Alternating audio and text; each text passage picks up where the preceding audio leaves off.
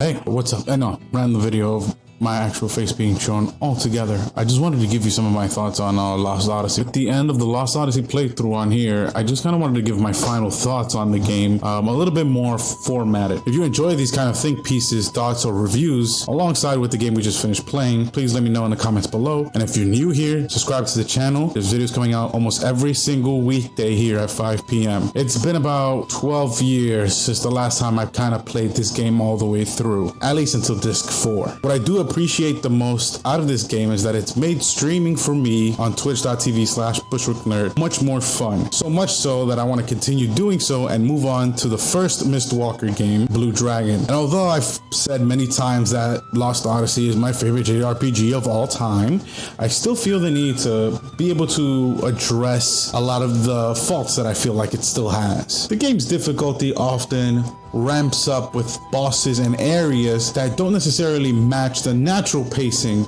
of the game itself. Having to spend time off stream twice just to grind was the only way I was able to catch up. If it wasn't for a follower early in my stream to tell me to go collect seeds to get a better weapon, I'd still be struggling. The detection of having to press A to activate lifts, key items, or even go up a ladder is all over the place in this game. You often felt like you were a tank just moving around. Having this acceleration running animation doesn't really help the insane amount of platforming this game tries to throw at you and abuse. Those were really my main technical issues with the game itself. As for the story, there's not much I want to complain about. A lot of the world building in this game, outside of the cutscenes, are done in texts or dreams that this guy, Kaim, has when you go to sleep or when you come across a scenario. The dreams, which are really Kaim's memories, are too long for you to really be able to sit down and enjoy as you're going through the game itself. And I kind of like that. All the dreams we can find and we can read are within themselves books. Since Kaim is pretty much the main character in almost all the dreams, it's kind of easy for us to be able to put ourselves in the same headspace, being that we control Kaim for 90% of the game. It's a good twist on the staple sleeping at an inn that all JRPGs have.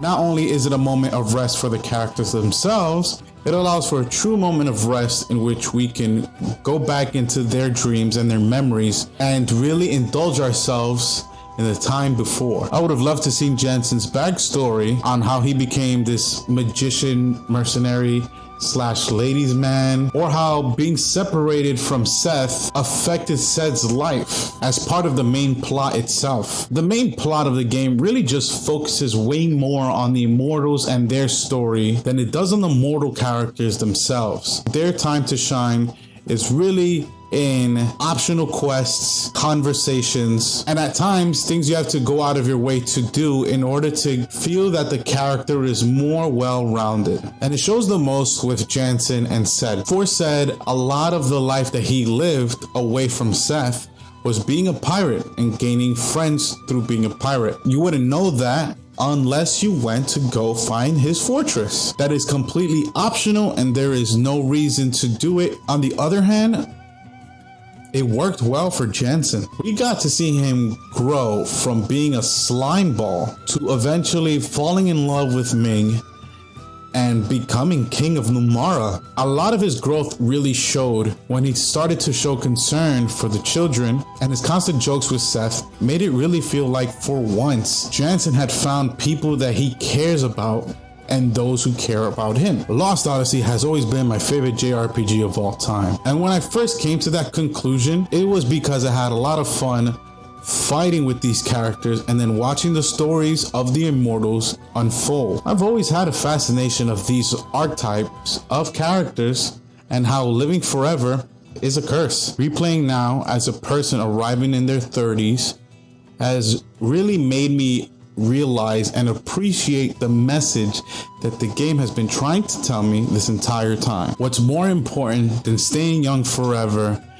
is growing old with the family you've made for yourself. And that's why Lost Odyssey will still remain as my favorite JRPG of all time. Now, If you like this video, the playthroughs, here's the playthroughs themselves if you want to go back and watch it from the beginning. Also, don't forget to subscribe and like and tell me what you think.